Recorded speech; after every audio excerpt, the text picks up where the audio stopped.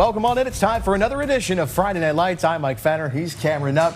It's opening night in District 10 for local high school football here in Northwest Pennsylvania. Yeah, Mike, the schedule tonight was almost exclusively non-region action, except for a big one in Region 7 with a showdown at Dollinger Field. It's Cathedral Prep and Eerie High. Prep honoring the late Pat Sytuck, as well as their 2000 state championship team, the Rambler students, getting to hoist the trophy there when the action began. It's Prep getting on the board first to give us to Desiree Carson. They part the Red Sea for him, and he walks into your living room for the score. It's 7-0 Prep. It would remain that way until the third quarter. It's Carson again who pushes through the pile and over the goal line for the touchdown, his second of the night, and it makes it 14-0 Ramblers. But here comes Eerie High. Paul Johnson dropping back to pass. He's got Davari Mims wide open on the post. He hauls it in and brings it 46 yards to the house to cut the lead in half. In the fourth, the Royals set up to punt it away, but it's a fake. Johnson takes the direct snap and lofts one up for Jameer Hansbrew, who hauls it in for a first down to steal a possession for the Royals. Later in the drive, Johnson getting it done with his legs on the quarterback draw. He breaks the tackle here, makes another one miss, and he's over the goal line to tie the game at 14. We would need overtime to decide it. Eerie High with the ball first.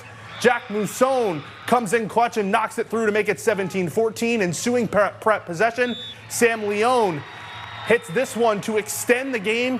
We would need double overtime, and let's go to the Plyler entry system scoreboard. In the end, Carson scores his fourth touchdown of the night to win it in the fourth overtime. He finishes the night with 28 carries for 184 yards and the 4 tuds, 2 of them coming in the overtime period. Cathedral Prep, takes down Eerie in 4 overtimes. Final score 29-23. Ramblers in a nail-biter. That was the game of the night, no doubt about it. Home and season opener at McDow. Trojans taking on Highland, Ohio. Aaron Slocum's McDowell team looking to get off to a fast start, but here in the first quarter, Casey Miser takes the handoff up the gut, scores as Highland grabs the early 7-0 lead.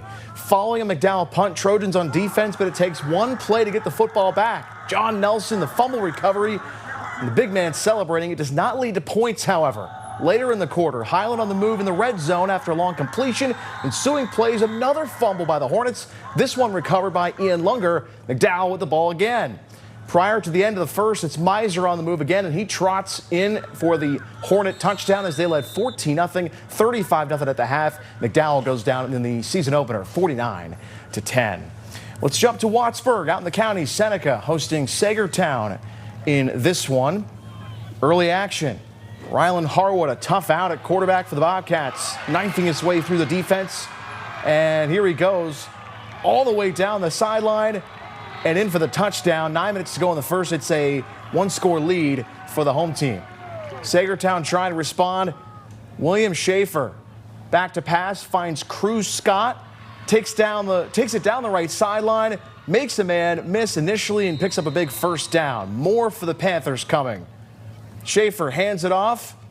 Blake Burchell runs it and finds pay dirt, ties the game with 5 minutes to go in the opening quarter here as Sagertown gets in the end zone. Later, for Seneca, Harwood takes off, shows off the legs again, 14-7 as he scores with 30 seconds to go in the first. He had 131 yards on the ground, 3 TDs. Seneca gets the win at home. Final score 42-20. Let's go to Battles Memorial Field. Gerard home for Sharpsville tonight. Close game a year ago down in Mercer County. This one in Erie County. Second half action. Yellow Jackets leading by 2 scores. Mason Kalicki finds the end zone as he crosses the goal line for 6. Touchdown Gerard. Later in this one, though, not out of the woods. Brady Gerlach for the Blue Devils, finding Lincoln Bright back of the end zone. Taps the toes. Touchdown Sharpsville. Yellow Jackets hang on to win this one tight, 20-14.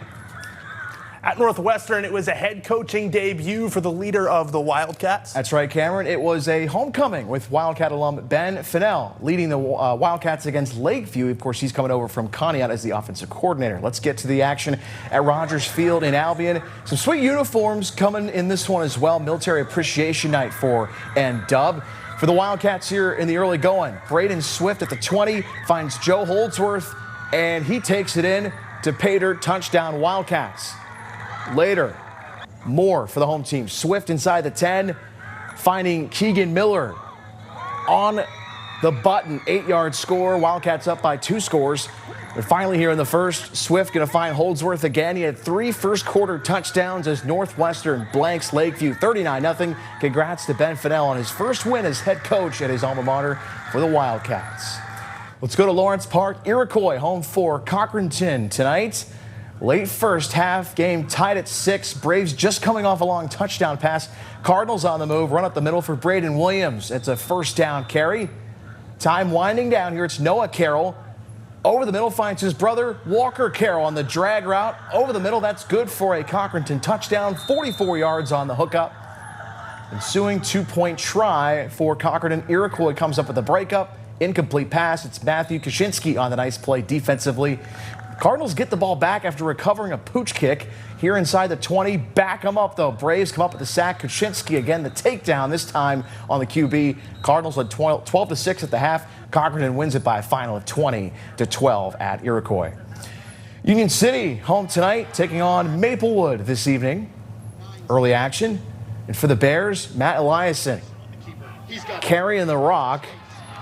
And this is a nice run down the right sideline. Gets the Bears into scoring position, but they can't capitalize as they get near the 10. Later, Maplewood with it. Kyle Jordan back to pass, but Jaden Betcher comes up with the interception. Bears come away with the takeaway there. Later in this one, for Union City, Eliason hands it off. Danny Smith, not that Danny Smith, he will score, and it's 15-8 in the fourth. This one came right down to the wire here. Maplewood's Leroy Wolfgang fighting through the defense, picking up a first down as he is fighting hard here. And now a last-second chance for the Tigers. Kyle Jordan throws this one. It's a prayer. Answered by Dakota Crum. But in the end, Union City hangs on. It's going to be 15-8. The final, the Bears get their first win of the season. Still to come on Friday Night Lights. We'll continue with our high school football coverage here on opening night. That includes some stops in Crawford County. Stay with us. We will be right back.